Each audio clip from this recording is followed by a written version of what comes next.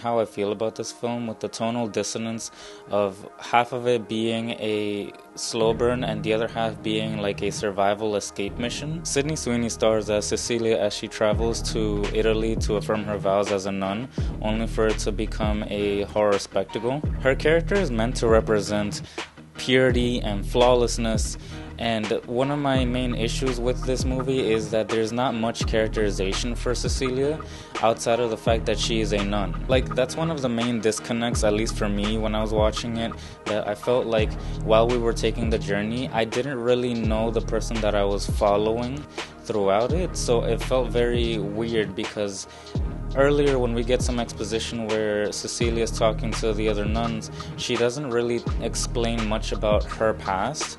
All she talks about pretty much is how she gets to this convent, so it doesn't really give any personality to Cecilia's character. Like, we know absolutely nothing about her, and I feel like adding in a little bit of information just to give her some type of person outside of being a nun would have genuinely gone a long way with this. I understand the movie's objective is to challenge her morality, and because of the nature of it being an exploitation film, it's really keen on showing you her belief deteriorate the longer she's here. However, I do think that the movie does a very good job of ambiance. From the very beginning, she gets a lot of side-eye from the other nuns, and in particular Isabella, who is arguably an antagonist in this film. She's constantly receiving witty remarks from Isabella, and just generally speaking, the ambiance is very cold and isolating throughout the entire movie. You never feel like you're completely set here, and I think that's a good thing because I feel like it's very realistic, as if I was in that same situation and I went to a place in Europe all on my own without knowing anybody, I feel like I too would feel this way. And even the other characters, in particular Father Saul and Isabella, they feel very ingenuine and artificial. Outside of her friendship with Gwen, everybody feels very petulant by nature, which leads me to my next point. I really like Gwen's character, and more importantly what she represents in this story. She wasn't in it as much as I would have liked her to be, which is the only downside to it, but I like that she represents almost like a counter mirror to what Cecilia is throughout the story. Cecilia is very submissive and accepting, as opposed to her counterpart Gwen, who she actually is very much a speaks her mind type of person.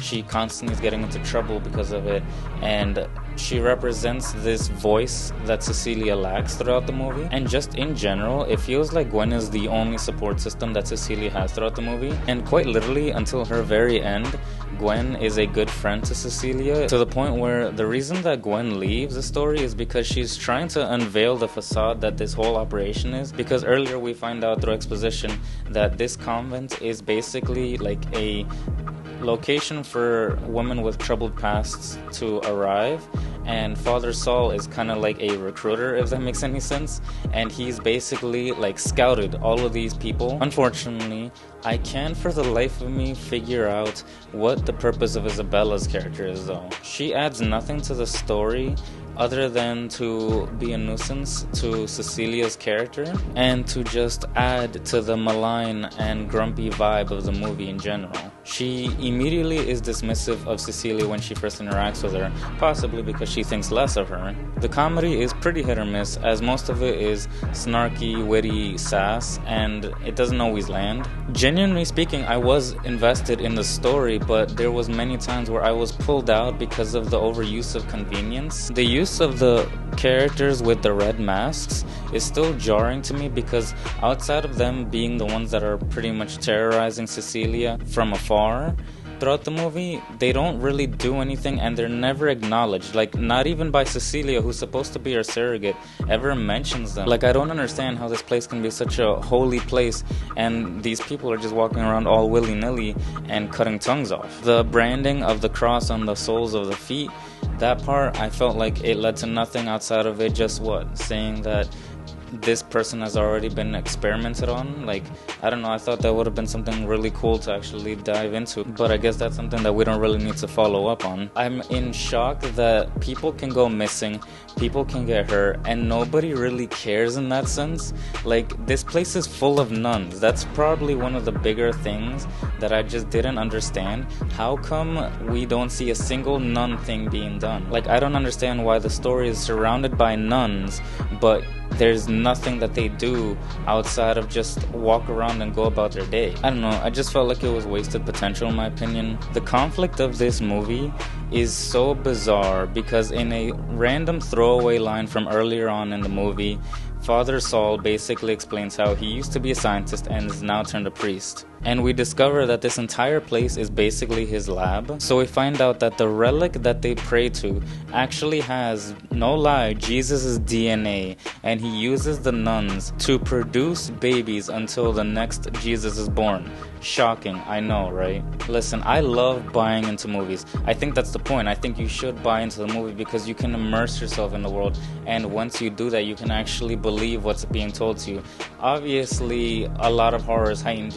It's not realistic. You're supposed to actually buy into what it's telling you. But when it's something so far-fetched and random, it just left me taken aback. And yeah, obviously there's commentary on repression, both sexual and religious oppression, especially with the whole idea that Cecilia is basically the perfect vessel for this, but it's only after she takes her vows. With them being obedience, poverty, and chastity, the movie makes it very clear that these are aspects of repression. I just wish it tapped into it in a more nuanced way. All things considered, I felt very apprehensive for Cecilia as she progressed throughout the movie, especially once Gwen left the story. And for me personally, I think for a horror movie, that's what you want.